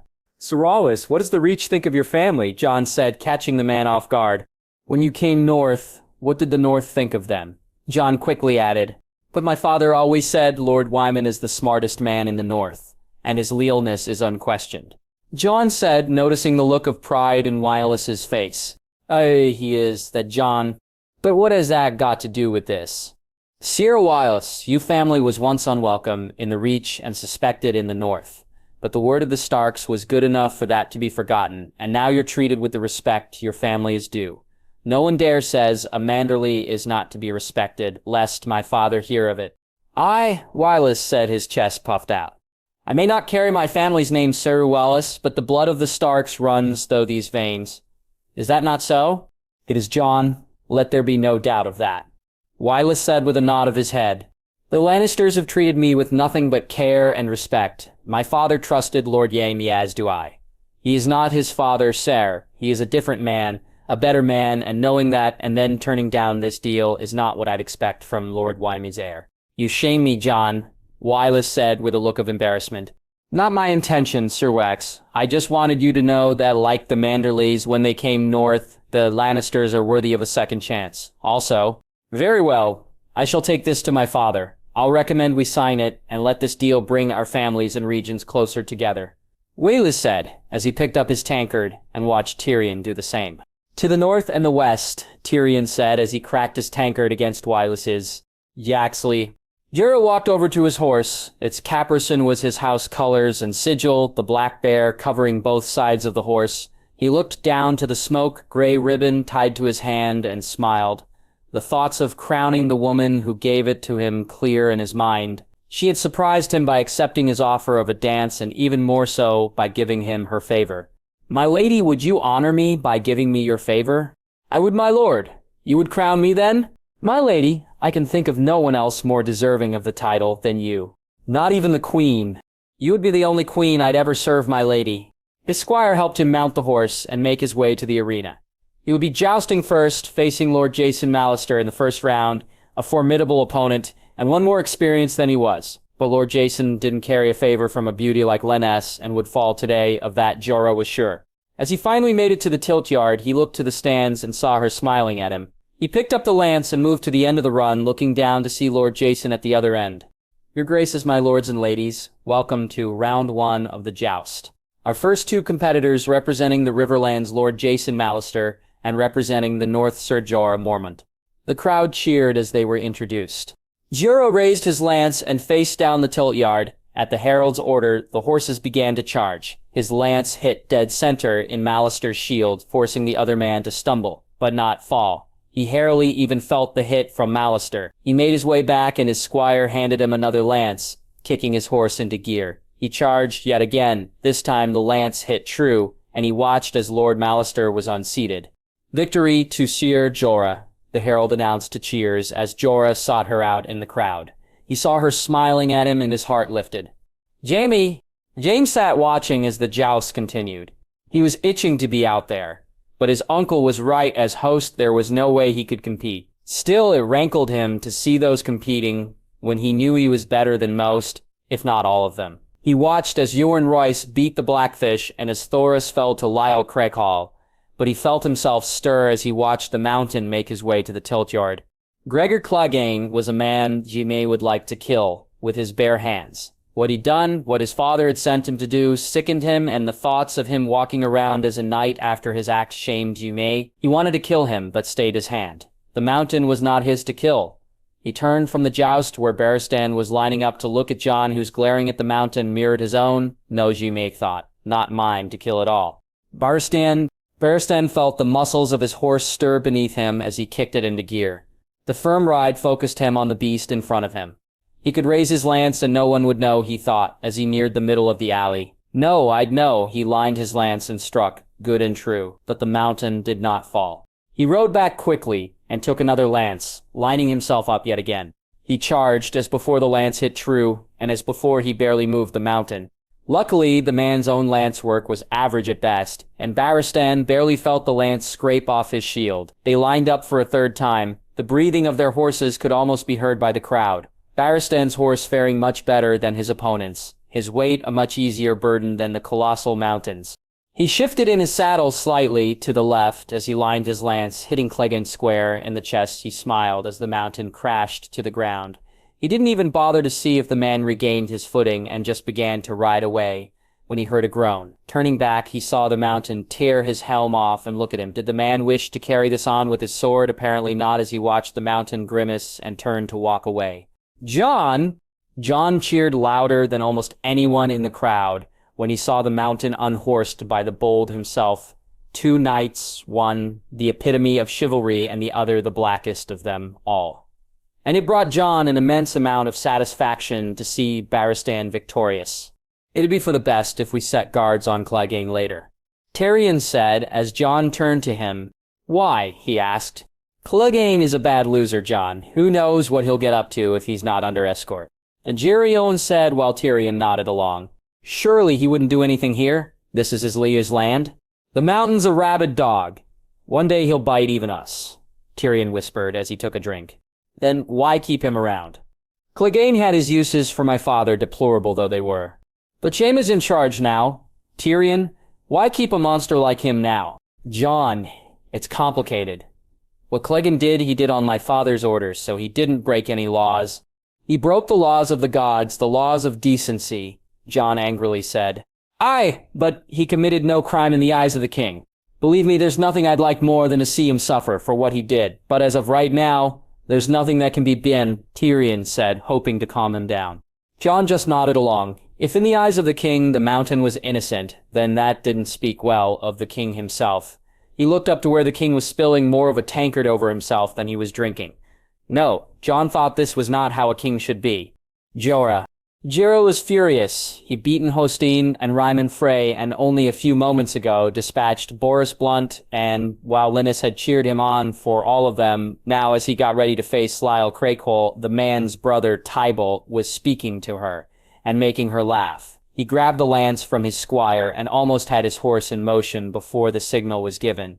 He charged down the field, his rage focused on the strongboar. The larger, stronger man should have proved a formidable challenge, but against an angry bear, he was no match. The lance hit with such force that Lyle's own lance shot from his hand as he fell. The crowd gasped at the sound as he crashed to the ground. "Victory to Ser Jorah," he heard the crowd cheer, as Crakehall staggered to his feet. Jorah nodded at the man, his rage dissipating as he turned his horse to leave. He looked to the stands and saw her looking at him, the look in her eyes, one of lust, and he smiled. She motioned to his hand where her favor rested, and he knew it. Then she was his. Olenna sat beside her granddaughter, watching the joust excitedly. She had never been one who enjoyed the marital pursuits, but the news her son had given her the previous evening had filled her with glee. "Mother, we need to speak." "What have you done now, Mace?" "Nothing, Mother. I spoke with Lord Arryn." "I saw that. What does the old falcon want?" "He asked for a loan, Mother, for the crown. It seems they're in need of help to cover costs." "I'm not surprised given how this king spends, so how much does he want?" 300,000 gold dragons, Mother." Olenna had nearly choked on her wine. 300,000 gold dragons. Why the hell would they need that much? Surely the Lannisters would be willing to bail the crown out, unless, of course, the young lion wasn't being as cooperative as the old one. This was a huge opportunity. With the Lannisters out of the equation, they could take advantage. "And what did you tell them, Mace?" "That we'd be delighted to help, of course. For certain considerations." It was a rare occasion that Olenna felt pride in her son. Last night had been one of the few times she looked at him sitting beside Lord Arryn and felt it again. "Are you enjoying the day, Grandmama?" "Very much so, my dear. Have you spoken to the prince yet?" But he's so young, Grandmother. He's uninterested in everything." Margaery said with a frown. "Of course, my dear, but it's important you engage him, even if he's too young to interest you." "I know, I'll do better." "I know you will, my dear. We have plenty of time." The joust day too. Jorah could feel his adrenaline pumping. Yesterday he'd beaten Lord Went after 2 broken lances in the final tilt of the day, and was now down to 2 victories from crowning Lannés. These 2 would be the toughest, though. Facing him was Euron Royce, and the man was like rock. He'd already broken 4 lances off the man, and nothing, not a budge. He lined up for the 5th tilt and raised his lance. The favor on his wrist waved in the air as he began to charge. The lance caught the man square and true, and while Jorah felt the hit Euron had landed on him, he was sure it had done more damage. Not enough to unseat the man, but it had hurt him, that was clear. He rode back and retrieved his 6th lance and lined up again. The 2 men faced each other down the length of the field, their horses straining to be set free at the signal they rode, and the lances hit their marks. Jorah felt his shield fall from his hand, the force it had been hit almost tearing his arm from his shoulder. He looked to the rider less horse and realized he'd won. Jarl was unhorsed and thanging to his feet. The cheers of the crowd were drowned out, though, as he looked to see the beaming smile on Lynas's face. Cersei was bored, incredibly bored, but worse than that, she was incredibly annoyed. Earlier in the day, she and Joff had bumped into the 2 bastards while breaking their fast. What had annoyed her so much was the fact that they were breaking theirs in the same place. The thought of it, bastards eating with royalty and in her very own home. What was her brother thinking? Not that her brother had been thinking clearly anyway. She had ordered the serving girl to have them removed, and the girl had looked at her like she had 2 heads. She'd have the girl whipped if she worked in the Red Keep, but here at Casterly Rock, it was her brother who was in charge, and that made her furious. So when the girl didn't remove the bastards, she sent Trant over to do so. "Out now, bastard, and take the other little bastard with you." "No," Yadian Lannister. "What did you say to me, you little—" "I wouldn't finish that if I was you, sir," Jon angrily said as he stood up. "And why is that, bastard?" "Because this young lady happens to Lord Gerion's daughter, Joy." "Uzier," the girl said emphatically. "His bastard daughter now? Are you going to move, or do you want me to drag you out?" "You do, and it'll be the last thing you do. I promise you." Jon said, moving to the man. "What the hell are you doing, Trant?" Jaime's voice boomed as he entered the hall. "Getting these 2 bastards out of the Queen and Prince's company," Trant arrogantly replied. "You will leave this hall now and are no longer welcome in my keep. Is that understood, Sir Meryn?" Jaime squared up to the now quivering man. "Who do you think you are?" "Kingslayer." "I'm the Lord of Casterly Rock, the Warden of the West, and you will be removed from my presence, either by your own feet or I'll have you carried out," Jaime said as his and Jon's guards entered the room. "What's going on here?" Sir Barristan said from the door. I want this man out of here now, Sir Barristan. Either you do it or I will, but it will be done. What the hell did you do, Sir Inmarin? Barristan shouted at the man. I was following the Queen's orders. She wanted the bastard's He never got to finish, the punch from Jaime knocking him to the floor. He jumped up and went for his sword, but immediately 5 swords were drawn and pointed at him. Remove yourself, Sir Inmarin. Find somewhere else to stay. I'll take this up with His Grace and Lord Arryn later. Barristan said as Trent was escorted from the room. Her husband had admonished her the queen. How dare he force her to eat with scum and then blame her for trying to right that wrong.